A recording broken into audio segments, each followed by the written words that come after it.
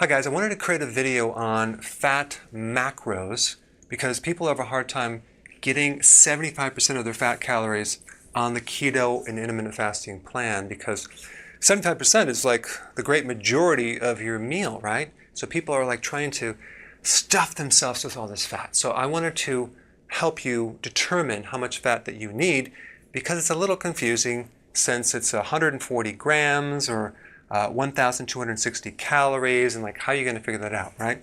Well, this is what you should really do. Determine this by your hunger, okay? In other words, if you're satisfied, do not eat anything.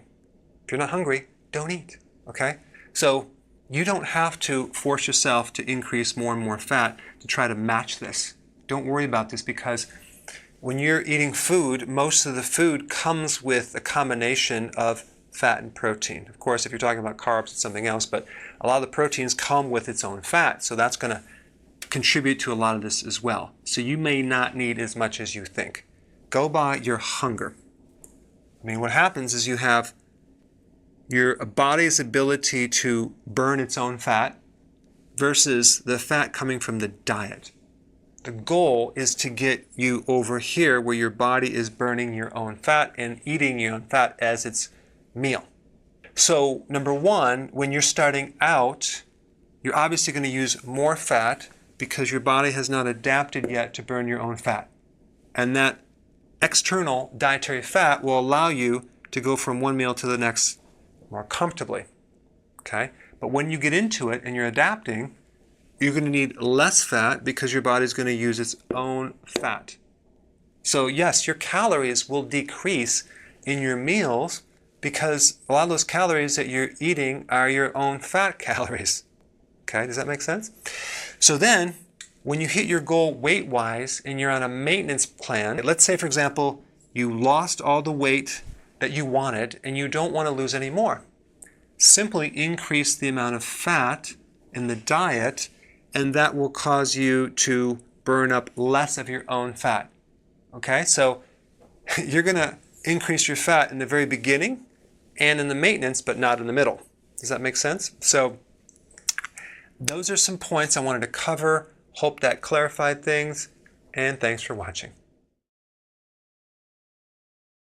Hey, before you leave, I just wanted to give you a little quick history on some of the books that I wrote.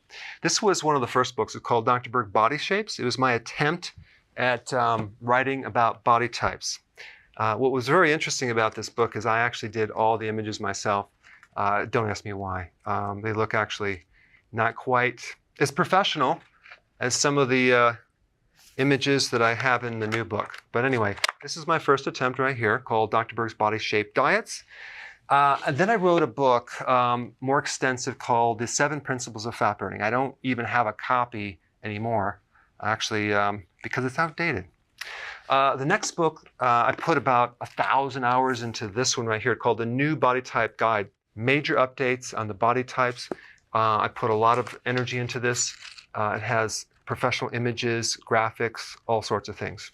Now, the problem with this book is it doesn't really describe what this is really about. Body types are only a small portion of what's in this book.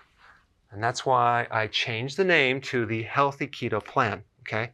If you happen to have this book, you don't really need this book because there's some only very, very minor updates. But if you don't have this, you need to get this one right here. This book goes into every single detail that you would ever want to know about. It goes into the 7 principles of fat burning. It goes into hormones, the body types, the basic keto plan. It goes into intermittent fasting. I talk about the 10 fat burning triggers and blockers and fat burning strategies with a lot of details in every single chapter. I go into body issues that interfere with losing weight.